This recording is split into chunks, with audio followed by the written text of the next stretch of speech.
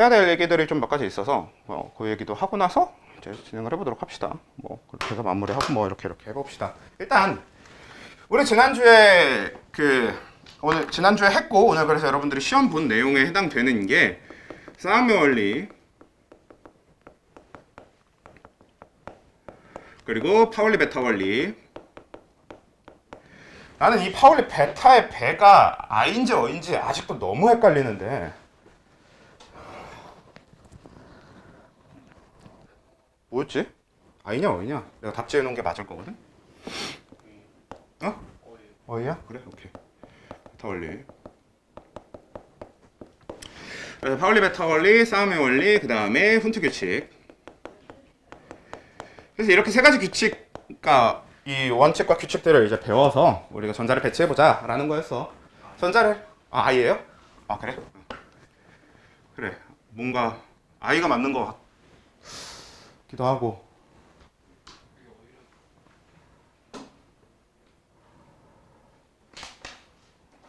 나중에 확인해서 둘 중에 어느 한쪽에 오타일 거니까 나중에 확인해서 고쳐줄 테니까 일단 넘어갑시다. I가 맞을 것 같긴 해. 내 생각에도 I가 맞는 것 같아가지고. 파울리 베타 원리라고 하는 해서 이렇게 세 가지 규칙에 대해서 이제 정리했던 이유가 뭐냐면 근본적으로 우리가 전자를 이 규칙에 따라서 배치를 해보고 그리고 이 규칙에 따라 배치를 하면 그게 실제 전자들의 오비탈, 즉 운동 상태를 설명할 수 있게 되고 그러면 그 얘기는 원래 그 전자들이 이 규칙들을 따르고 있었다는 얘기고 그러면 우린 이제 뭐야? 그냥 처음 보는 원자라고 할지라도 얘가 전자가 몇 개인지만 알고 있으면 이 전자들의 얘가 가진 전자들의 운동 상태를 전부 다 특정할 수 있게 되는 거죠. 그렇지?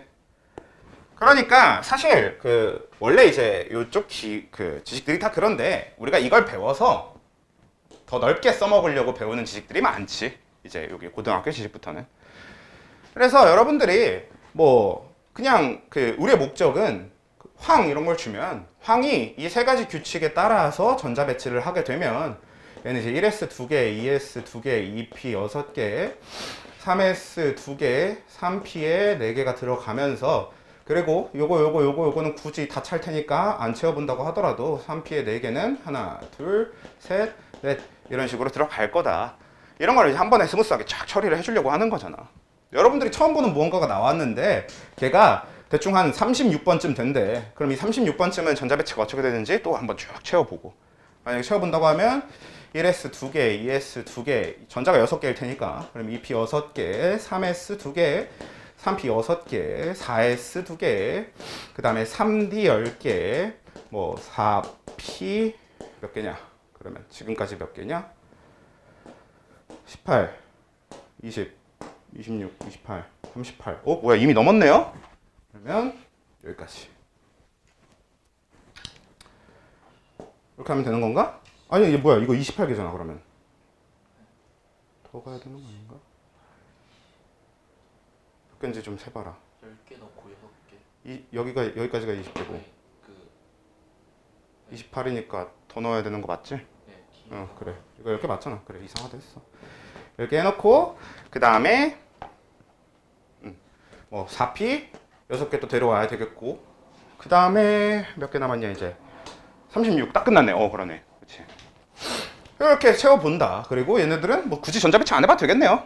만약 뭐 해본다고 치면은 뭐 다른 건 다 꽉꽉 채워놓으면 되니까 얘거만 처음 해보는 전자 배치니까 한번 해보자면 디오비탈의 전자 배치는 그냥 이렇게 5칸 채워놓고 5칸 해놓고 5칸 다 채우면 될 겁니다. 뭐 이런 느낌으로 해볼 수 있겠지. 우리가 디오비탈을 정확하게 모른다고 하더라도 오비탈 전자 배치는 그냥 할 수 있을 거란 말이야. 어차피 저 세 가지 규칙을 따르면 된다라는 것만 알고 있는 상태로 쭉쭉 쫓아가면 되니까. 그러니까 이런 데 주로 목적이 있는 건데. 그럼 이제 오늘 하려는 얘기는 뭐냐면 오늘 하려는 얘기 자체가 좀 간단합니다. 물론 나중에 이제 문제를 쓰려고 연습을 하게 되면 간단한 거지만 좀 복잡하게 주어져도 풀 수 있어야 되긴 할 텐데 뭐가 됐든 우리 이제 양자수라고 하는 거에 대해서 배울 거예요. 근데 이거 이제 약간 뭐랑 좀 다르다고 봐야 되냐면 우리 앞에서 주로 쓰던 표현 1단원을 하면서 주로 쓰는 표현이 뭐 분자수, 입자수, 몰수 이런 거랑 좀 다른 표현이라고 보시면 돼요. 얘네들은 이제 뭐냐면 요 수가 그러니까 숫자, 그러니까 개수, 그러니까 몇 개냐, 뭐 이런 걸 표현하기 위해서 쓰는 표현들이 거든요. 결국 입자수라고 하는 건 입자가 몇 개야. 근데 우리는 이제 단위를 뭘로 쓰니까 입자수라고 하면 입자가 몇 몰이야. 분자수 하면 분자가 몇 몰이야. 몰수 하면 그냥 몇 몰이야. 그러니까 이런 식으로 좀 개수에 치중을 한 거라면 양자수는 이야기가 조금 달라요. 이거는 개수가 아니라 그냥 숫자를 부여하는 느낌이 좀 더 강합니다. 약간 어떤 느낌이라고 보시면 되냐면 원자번호라든지 아니면 여러분들 학교의 출석번호 같은 개념인 거지. 그러니까 여러분들이 부여받게 되는 번호 있잖아. 뭐 그래서 그런 거 이제 저는 보통 요즘에도 출석번호 대부분 그냥 출석번호라는 거는 애초에 그 출석부에 있는 순서대로 출석번호를 줄 테니까 대부분 그 이름 순으로 출석번호를 줄 텐데 저 같은 경우는 일반적으로 한 아무리 뒤로 밀려도 한 5번 안에 있었거든요. 제가 김씨다 보니까. 그러니까 그런 느낌으로 말 그대로 이제 숫자를 부여해서 좀 부르기 편하게 좀 구분이 편하도록 하는 게 목적에 있어요. 그래서 숫자를 부여를 할 건데 누구한테 숫자를 부여하는 거겠어? 양자한테 숫자를 부여를 하는 거겠죠. 그러니까 양자수라고 부르는 거지. 그러니까 위에 거랑 아래 거는 근본적으로 좀 달라요. 여러분들이 내가 이런 거를 수업하면서 보면은 용어에 대해서 좀 용어의 근원 이런 걸 한 번씩 찝어준단 말이야. 근데 그걸 보통 이제 한 번씩 짚어주는 이유가 뭐냐면 니들이 실제로 문제 푸는 거 보면 그런 게 안 짚혀 있어서 틀리는 게 보이니까 그래. 예를 들면 양에 대해서 질문을 하고 있는데 이 양이 뭔 양을 물어보는 건지를 전혀 구분을 못하는 경우가 너무 많단 말이야. 분명히 문제가 양이라고 했으면 이 양은 아무 의미가 없어요. 양은 말 그대로 많고 적고를 얘기하는 건데 이게 무겁고 가벼운 양을 얘기하는 건지 크고 작은 부피에 대한 얘기를 하는 건지 많고 적은 개수에 대한 얘기를 하는 건지는 뒤에 있는 단위를 봐야 알 수 있는 건데 전혀 그럴 생각 안 하고 양만 보고 어떻게 이렇게 접근을 해버린단 말이야. 그러니까 분명히 용어에 대한 개념과 그리고 그거에 대한 걸 조금 이렇게 확실하게 구분지어서 두세요. 여러분들 머릿속에 이게 혼용되어 있으면 여러분 머릿속이 복잡할수록 당연히 문제가 안 풀립니다. 당연히. 문제가 좀 머릿속이 좀 깔끔하게 정리가 되어 있어야 문제가 빨리빨리 풀리는 거란 말이야. 막 도서관에 책꽂이에 책이 꽂혀 있는데 진짜 막 아무렇게나 꽂혀 있으면 책 찾기 쉬워 어려워. 어렵지. 근데 대부분 도서관은 책 찾기가 쉽게 되어 있어요. 왜? 뭐 요즘은 검색도 가능하고.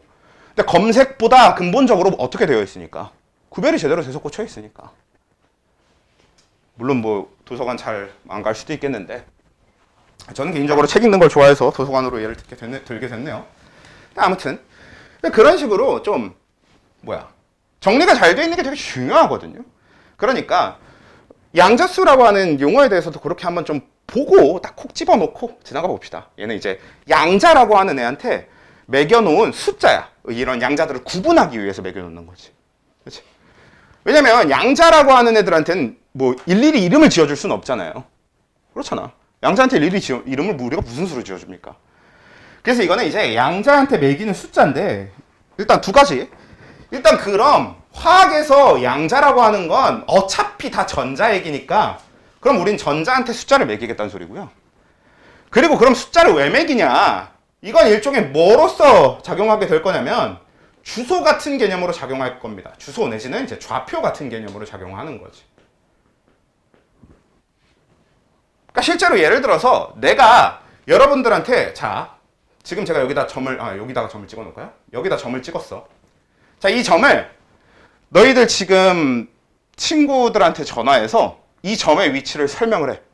그리고 그 친구들이 정확하게 이 점의 위치를 너희들이 말한 설명만으로 알 수 있는지를 확인해 봅시다.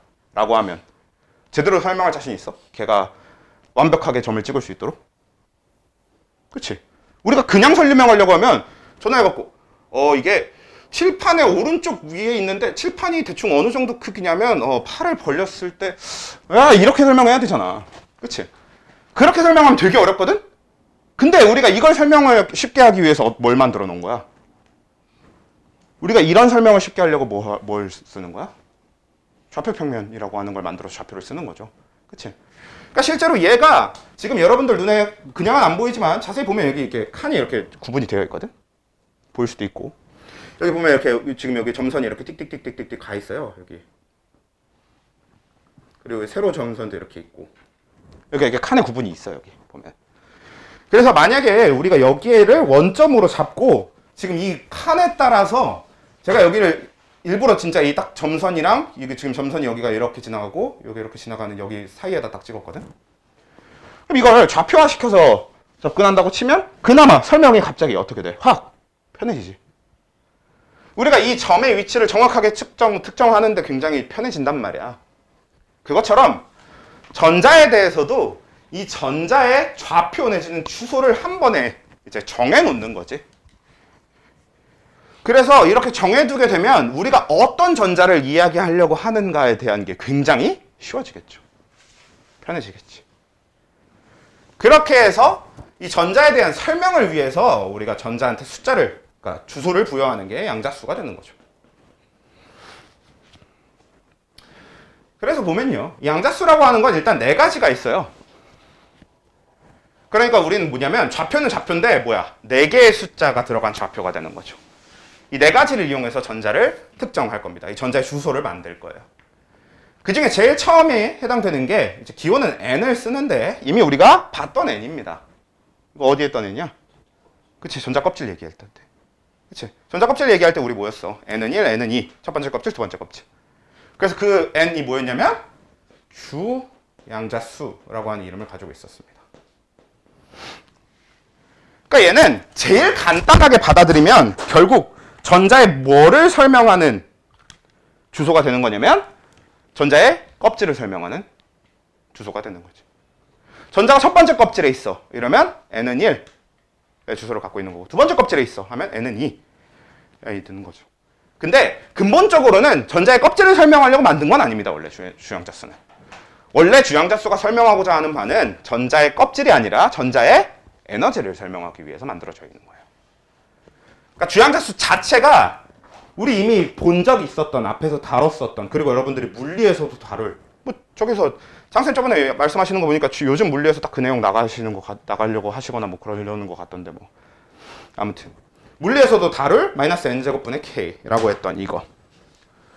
장쌤 저번에 저기 자라가별 빨간 파마 얘기하고 계시던데. 아무튼 그래서 딱 요거에 기반해서 에너지, 이 전자 껍질들에 대한 에너지 준위를 얘기를 하다 보니까 원래 n 자체가 공교롭게 첫 번째 껍질이 n은 1, 두 번째 껍질이 n은 2라고 딱딱 떨어져서 우리가 너무 편해진 것 뿐이지 실제로는 에너지를 설명하려고 있는 겁니다. 이 식을 위해서 만든 숫자가 이 주양자수라고 하는 거예요. 그러니까 우리는 얼추 주양자수만 보고 대충 바로 뭘 깨달을 수 있게 되는 거냐면 이 전자가 어느 정도 에너지를 갖고 있을지를 간단하게 예측해 볼 수 있는 거지. 정확하게 예측은 불가능합니다. 원래 이 식은 수소한테만 쓸 수 있어서 얘는 수소한테만 딱 맞아떨어지기 때문에 정확하게 쓸 수 있는 건 아니지만 그래도 대충 예상해 볼 수 있는 거지. 주양자수가 1인 전자와 주양자수가 2인 전자와 주양자수가 3인 전자가 있다고 하면 그 중에 애지간하면 주양자수가 3인 전자가 에너지가 제일 큰 걸 테니까. 주양자수가 1인 전자가 에너지가 제일 작은 걸 테고. 그런 식의 입장이 되는 게 주양자수가 되는 거고요. 그 다음에 두 번째 이제 부양자수. 자, 여러분들이 양자, 즉 전자한테 주소를 만들려고 한다고 쳐봐. 그러면 실제로 이제 너네가 주소를 만들려고 해. 그러면 제 주소를 만들려고 한다고 쳐봅시다. 저는 일단 자, 주양자수가 약간 어떤 개념이냐면 저는 12단지에 삽니다. 저는 실제로 철산주공 12단지에 살고 있고요. 이거 이거 유튜브에 올릴 건데 이거 이래도 되는 건가? 아무튼 모르겠는데 저는 철산주공 12단지에 살고 있습니다. 자, 그럼 여러분들 저희 집 찾아가 보시죠.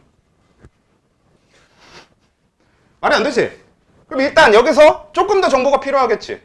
그러면 동은 일단 적어도 알아야 되겠네. 그래서 그러면 일단 제일 넓은 범위로 이렇게 잡았으면 거기서 하나씩 들어가면서 잡아야 될 테니까 일단 저는 1218동에 살고 있거든요. 출근 시간 5분 너무 좋습니다. 아무튼 1218동 저기 양정타워 바로 옆 건물인데 진짜 출근하는데 5분이면 돼요. 개 행복합니다. 너무 좋아. 아무튼 그러니까 이렇게 동이 필요한 것처럼 얘도 몇 번째 껍질인지 얘기했으면 이제 어느 오비탈인지 얘기하면 딱 좋겠지. 그치? 그러니까 몇 번째 껍질인지가 첫 번째 껍질, 주양자수가 1이야 라고 하면 이거거나 주행각수가 2야 하면 이 둘 중에 하나일 거고, 주행각수가 3이야 하면 이 둘 혹은 3D까지 해서 셋 중 하나일 거고. 그치? 주행각수가 4야 하면 4S, 4P, 4D, 4F 중에 하나일 거고, 주행각수가 5야 하면 5S, 5P, 5D, 5F 중에 하나겠고. 그러면 그 중에 하나니까 그 중에 뭔지 확정하기 위해서 부양자수는 이제 저 오비탈에 대한 주소라고 보시면 됩니다. 근데 이게 이제 일종의 주소를 정하는 거다 보니까 저희 집은 왜 1218동이냐면요. 그냥 앞에서부터 번호를 매기다가 맨 마지막에 매겨져서 1218동이 된 걸 거란 말이에요. 18동이 물론 맨 마지막인지 아닌지는 정확하게 모르는데 아마 그 뒤로도 있을 것 같아. 최근에 공지 올라온 거 보면 더 있는 것 같긴 한데 아무튼. 그래서 이렇게 딱 번호를 이제 매기는 것 자체는 그냥 순서대로 매기는 거니까 여기 이 오비탈도 우리가 제일 간단하게 얘기할 수 있으면서 제일 먼저 발견한 것부터 그냥 번호를 매겨서 S 오비탈의 부양자수를 0, P 오비탈의 부양자수를 1, 그 다음에 D 오비탈의 부양자수는 2, F 오비탈의 부양자수는 3 이런 식으로 진짜 말 그대로 주소 매기듯이 매겨요. 이렇게 해줍니다. 물론 이 자체가 어떤 의미를 갖느냐라는 얘기는 해볼 수는 있는데 그건 어차피 다음 양자수 얘기를 하고 나면 자연스럽게 해결이 될 테니까 부양자수는 일단 그냥 오비탈 자체를 그냥 S는 0, P는 1, D는 2, F는 3 이렇게 숫자로 표시한 거야. 그러니까 우린 이제 뭘 알 수 있게 되냐면 1S 오비탈에 있는 전자를 1, 0 이렇게 표시할 수 있게 된 거고 2S 오비탈에 들어있는 전자는 2, 0 2p 오비탈에 있는 전자는 2, 1, 3s 오비탈에 있는 건 3, 0, 3p 오비탈에 있는 건 3, 1, 3d 오비탈에 있는 건 3, 2, 뭐 4s 오비탈에 있는 건 4, 0, 4p 오비탈에 있는 건 4, 1, 4d 오비탈에 있는 건 4, 2, 4f 오비탈에 있는 건 4, 3 이런 식으로 이제 쭉 표현할 수 있다는 거죠. 진짜 좌표 표현하듯이. 오케이? 자, 여기까지 됐어. 근데 그래서 제가 1218동 사는데 그래서 저희 집 찾아와 보시라고. 여전히 못 찾아오지. 그렇죠? 그치? 적어도 층은 또 알아야 될 거 아니에요? 그럼 한 번 더 들어가야 되는 거지. 그러면 여기서도 그럼 얘는 우리가 전자를 특정하려고 하는데 가장 방해가 될 만한 게 뭐가 있냐. 자, S오비탈 같은 경우는 그나마 좀 방해하는 게 좀 적긴 적은데 왜냐면 이게 아파트로 따지면 S오비탈은 뭐야? 그냥 방에 하나짜리 S오비탈이니까 S오비탈만 알면 더 이상 찾는데 어려움이 없잖아. 근데 P오비탈은 문제가 좀 있죠? 왜? P오비탈은 P오비탈까지 알더라도 그 안에 지금 방이 3개가 있기 때문에 이 3방 중에 어느 방? 이게 문제잖아. 그렇죠? 그러니까 우리가 이 중에 하나를 특정하기 위해서 있는 그 다음 주소가 이제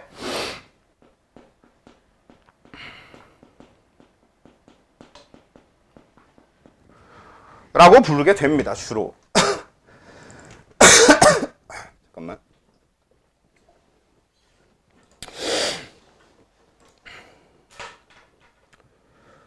내가 아마 프린트에 이쪽 내용을 안 넣어놔서 넣어놔야 되는데 뭐 넣어놓는 건 나중에 하더라도 뭐 일단 그렇습니다.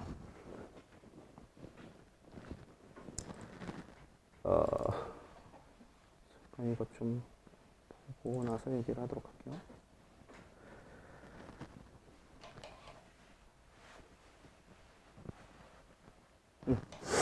오케이, 뭐 아무튼 그래서 이제 요 방해양자수라고 하는 거가 되는 건데 얘는 그냥 뭐 간단해요. 뭐 그렇게 크게 복잡하지는 않은 게 일단 방금 이미 얘기한 개념 그대로 적용해서 자 S오비탈 같은 경우는 방을 구분할 필요가 있어 없어. 그러니까 얘가 정확하게 뭐냐면 우리 오비탈은 결국 뭐였어? 방향성에 의해서 저렇게 여러 가지로 나뉘게 되거나 하는 거였잖아. 그러니까 결국 방향을 특정하게 해준다라는 게 중요한 건데 그러니까 방향을 특정할 때 S오비탈은 방향을 따로 특정할 필요가 없죠. 그러니까 S오비탈은 방위양 자수도 그냥 자연스럽게 0이 됩니다. 그리고 P오비탈의 즉 방향은 몇 개야? 3개잖아요. 실제로 P오비탈의 양자수, 이 부양자수를 1로 잡은 가장 큰 이유가 뭐냐면 방위양자수는 그 전자가 존재하는 오비탈의 부양자수의 양수값, 음수값 이렇게 해놓고 이 사이값의 정수를 가지면 되게 설계를 해놨습니다. 그래서 부양자수를 0, 1, 2, 3 잡아놓은 거거든. 무슨 얘기냐? 자, 얘 같은 경우는 어차피 0이라서 플러스 0, 마이너스 0 사이의 값이라고 해봤자 0밖에 없죠. 근데 얘는 마이너스 1보다 크거나 같고 1보다 작거나 같은 숫자를 가지는 거야. 방해양자수가. 그럼 몇? 3개죠? 마이너스 1, 0, 1. 자, 얘는 마이너스 2보다 크거나 같고 2보다 작거나 같으면 되거든? 그런 정수는 그쵸? 5개죠. 마이너스 2, 마이너스 1, 0, 1, 2. 얘는 마이너스 3보다 크거나 같고 3보다 작거나 같은 거니까 7개가 되는 거죠. 그럼 우리가 알고 있는 그 오비탈을 가진 실제 오비탈 개수와 정확하게 맞아떨어지네요. 1개, 2개, 1개, 3개, 5개, 7개. 그래서 부양자수를 0, 1, 2, 3으로 잡아놓은 거야. 그 다음 방해양자수가 이렇게 자연스럽게 연결될 수 있도록. 그러면 이제 우리는 어떻게 보게 되냐면요. 여기에 있는 전자들로 해본다고 치면 얘는 이제 얘의 양자수를 표현을 해보면 3, 1, 마이너스 1 여기까지 표현이 되는 거고 여기 있는 애들은 3, 1, 0 이런 식으로 표현이 되는 거고 여기 있는 얘는 3, 1, 1 이런 식으로 표현이 된다는 겁니다. 왜? 이 전부 다 3표 오비탈에 있으니까 주양자수는 전부 3이고 부양자수는 전부 1이야. 근데 방향이 얘는 첫 번째, 그러니까 얘를 원래는 제가 지난번에도 이 얘기를 한번 했었는데 실제로 우리가 이렇게 세 칸을 나타냈다고 해서 얘가 PX, 얘가 PY, 얘가 PZ로 확정되는 건 아니거든? 원래 몰라요. 그래서 원래는 PX, PY, PZ로 확정은 안 되지만 그냥 편하게, 속 편하게 생각하자고. 당연히 앞에 있는 것부터 PX, PY, PZ 그냥 놓고 하지 뭐. 편하게 접근을 해보면 그럼 PX, PY, PZ 해놓고 그러니까 그래서 PX한테 그냥 마이너스 1, PY한테 0, PZ한테 1을 준다고 생각해서 그냥 순서대로 이것도 마찬가지로 정확하게 이렇게 원래 특정할 수 있는 건 아닙니다만 편하게 하자고. 그렇죠? 좀 해보기가 편해야 우리가 좀 이것저것 해보면서 익숙해질 거 아니야. 그러니까 좀 편하게 이렇게 접근을 하면 되고요. 실제로 수능에서는 그래서 이런 거 마이너스 1이나 0이나 1로 완벽하게 확정은 하면 안 돼요. 그래서 그렇게 완벽하게 확정하지 않고 대답을 하도록 질문을 합니다. 이거 가지고 낚시질을 하지는 않으니까 그건 걱정 안 해도 되고. 특정하지 않고도 답을 할 수 있게 그냥 적당히 이렇게 두루뭉술하게 질문을 하거든. 그러니까 어차피 특정을 해놓고 해도 아무 상관없어. 특정하면 안 된다라는 원칙이 아무 의미가 없는 거야. 그러니까 그냥 특정해놓고 해. 그냥 첫 칸을 마이너스 1 주고 두 번째 칸 0 주고 세 번째 칸 1 주세요. 그냥 편하게 하면 돼. 그래서 얘를 이렇게 해서 이제 완전히 찾았어. 그럼 이제 마지막에 와야 되는 게 뭐냐면 문제는 얘는 전자 하나, 얘는 전자 하나였으니까 괜찮았는데 이제 2오비탈까지 여기까지 얘기를 하고 났는데 아직도 전자가 2개지. 그럼 이 전자 2개를 구분해줄 마지막 주소가 필요한 거지. 그러니까 이 전자의 마지막, 즉 스핀 방향을 특정하기 위한 양자수인 스핀 양자수 내지는 스핀 자기 양자수라고 부르는데 그냥 스핀 양자수라고 할게요. 이 스핀 양자수를 표현하게 됐는데 간단하긴 얘가 제일 간단합니다. 그냥 화살표가 위로 되어 있으면 플러스 2분의 1, 아래로 되어 있으면 마이너스 2분의 1 적으시면 돼요. 그냥 이건 스핀 방향을 말 그대로 그냥 방향으로 설정을 하는 거니까 우리가 그냥 숫자는 이거는 마음대로 잡아놓은 거야. 위로 스핀하면 플러스 2분의 1, 아래로 스핀하면 마이너스 2분의 1. 양의 스핀, 음의 스핀 우리가 보통 그렇게 얘기를 많이 하거든. 그래서 양의 스핀을 하면 플러스 2분의 1, 음의 스핀 하면 마이너스 2분의 1 이런 식으로 양자수를 특정할 수 있게 됩니다. 오케이? 그렇게 해서 이제 우리 목표는 뭐 이런 거야. 우리 최종 목표는 그래 여기 황이었으니까 황을 좀 더 다 해놓고 얘기를 해봅시다.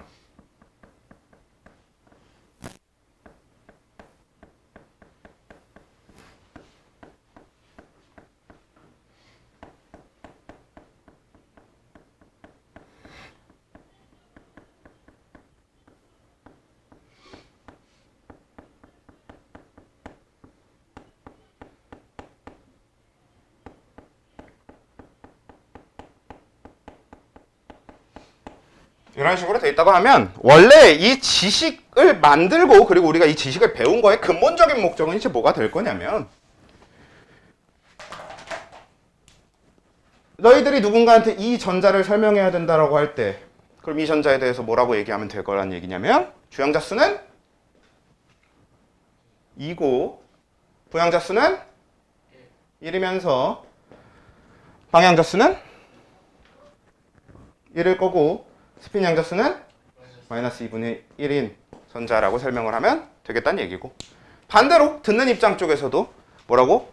요렇게 불러주면 아, 이 전자 얘기하는 거구나를 알면 되겠다가 근본적으로 이 지식, 이 양자수라고 하는 걸 만든 이유가 되는 거고요.